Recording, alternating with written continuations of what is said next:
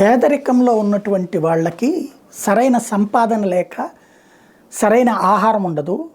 అలాంటి వాళ్ళు గర్భిణులు ఆ ఆహారం లేకపోవడం వల్ల వాళ్ళకి సరైనటువంటి గర్భం రావట్లేదు, పిల్లలు సరిగ్గా పుట్టట్లేదు, పౌష్టికాహార లోపంతో పుడుతున్నారు, లేదా గర్భ సమస్యలు ఎదుర్కొంటున్నారు, ప్రాణాలు కోల్పోతున్నారు. కాబట్టి వాళ్ళందరికీ సరైన ఆహారం తినమని చెప్పినా వాళ్ళు తినడానికి ఆర్థిక స్తోమత లేకుండా పోతుంది. అలాగే డబ్బులు ఇచ్చేస్తే ఇంట్లో వేరే వాటికి వాడేసుకుంటారు. కాబట్టి అంగన్వాడీలు అనే ఒక విధానాన్ని దేశవ్యాప్తంగా కేంద్ర ప్రభుత్వం తీసుకొచ్చింది. అందులో భాగంగా ప్రతి ఏదైతే పేదలు నివసించే బస్తీల్లో ఉంటాయో ఒక అంగన్వాడీ ఉండాలి.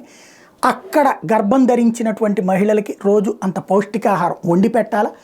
అట్లాగే పిల్లలు పుడితే కొన్ని సంవత్సరాలు పెద్దోళ్ళు అయ్యేదాకా వాళ్ళకి ఆహారం అందించాలి. ఇందుకోసం ఏర్పాటు చేసిన అంగన్వాడీలు ఒక బస్తీ మొత్తం మీదన వేలాది మంది గర్భిణులు ఉండరు, వందలాది మంది గర్భిణులు ఉండరు. అది ఏళ్ల మీద లెక్క పెట్టే వాళ్ళే ఉంటారు. ఆ పుట్టిన పిల్లలు కూడా ఏళ్ల మీద లెక్క పెట్టే వాళ్ళే ఉంటారు. వాళ్ళకి వాళ్ళ ఇంట్లో పని చేసుకుంటూ వీళ్ళకి అంత అన్నం వండి పెట్టడం, గవర్నమెంటే బియ్యం పప్పులు ఉప్పులు ఇస్తుంది, అది వండి పెట్టడం, దానికి కాను మినిమం గౌరవ వేతనం అంటూ కేంద్ర ప్రభుత్వం ఇదివరకటి రోజులు 1500, తర్వాత 2500, ఇప్పుడు 4500 ఇస్తుంది.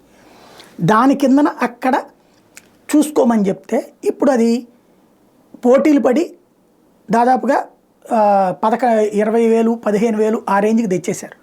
ఇప్పుడు 26,000 కావాలి అంటే 11,000కి తెచ్చారు జగన్మోహన్ రెడ్డి.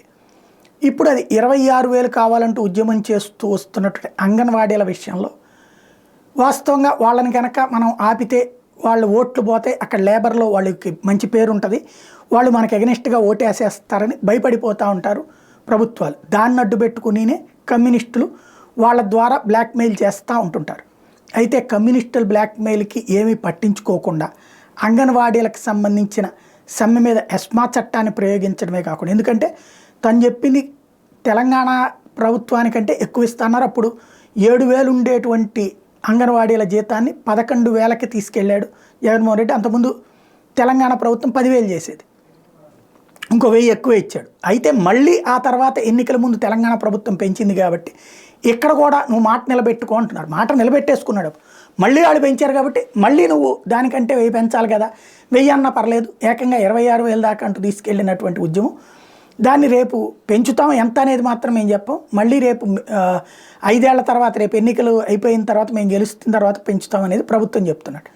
అయితే వాళ్ళు ఉద్యమం కమ్యూనిస్టులో పక్కన తెలుగుదేశంతో కలిసి బీజేపీ లేకపోతే తమతో పొత్తు పెట్టుకుంటుందన్న ఉద్దేశంతో అంగన్వాడీలను అడ్డుపెట్టి నడుపుతున్నటువంటి పొలిటికల్ గేమ్లో పావులయ్యారు అంగన్వాడీలు. వాళ్ళు ఉద్యమం కొనసాగుతూ ఉంది. ఇప్పుడు లేటెస్ట్గా ఎస్మా చట్ట ప్రయోగం పూర్తయింది. మరొక వైపున అంగన్వాడీల అరెస్టులు ఇవన్నీ జరిగినాయి. ఎస్మా చట్టం కింద వాళ్ళని తొలగించి వేరే వాళ్ళని పెట్టాలన్నటువంటి ఆదేశాలు ఇచ్చారు. ఒక రకంగా ఓట్లు పోతాయన్న భయం ఉద్యోగుల విషయంలోనూ అంగన్వాడీలు ఇవన్నీ ఏంటంటే కమ్యూనిస్టుల చేసేటువంటి ఒక రకమైన బ్లాక్మెయిల్. గతంలో ఓడిపోయినటువంటి తెలుగుదేశం అట్లాంటి ఫీల్ అయ్యారు కూడా, కాంగ్రెస్ పార్టీ తెలుగుదేశం వాళ్ళు. మరి జగన్ అయితే అట్లాంటిదేం ఫీల్ కాకుండా మొండిగా నిర్ణయం తీసుకుంటున్నాడు, భయపడట్లేదు. మంచి జరుగుద్దో చెడు జరుగుద్దో చూడాలి.